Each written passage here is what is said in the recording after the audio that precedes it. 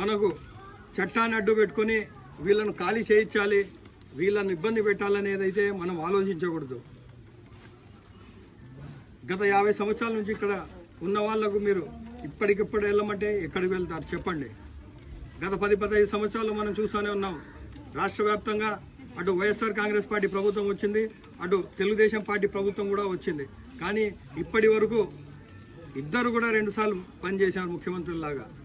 జగన్మోహన్ రెడ్డి గారు కానీ అలాగే చంద్రబాబు నాయుడు గారు కానీ ముఖ్యమంత్రులుగా పనిచేశారు. కానీ జగనన్న కాలనీ పరిస్థితి ఏంటి? ఇంతవరకు అక్కడ ప్రజలు లేని పరిస్థితి, ప్రజలు అక్కడ జీవించలేని పరిస్థితి చూస్తూ ఉన్నాము. ఆ రోజు అరాకొర అని చెప్పి డాష్ బోర్డుల కోసం పరిమితం చేసి ఆ రోజు ఇళ్ల పట్టాలు ఇవ్వడం జరిగింది. కానీ ఇళ్ల నిర్మాణం ఇవ్వలేదు. టిట్కో ఇల్లు అని చెప్పి 2014 నుంచి 19 వరకు తెలుగుదేశం పార్టీ ఆ రోజు టిట్కో ఇళ్ల ద్వారా అనేక మందికి ఇచ్చింది. కానీ అందులో కూడా నివాసం లేని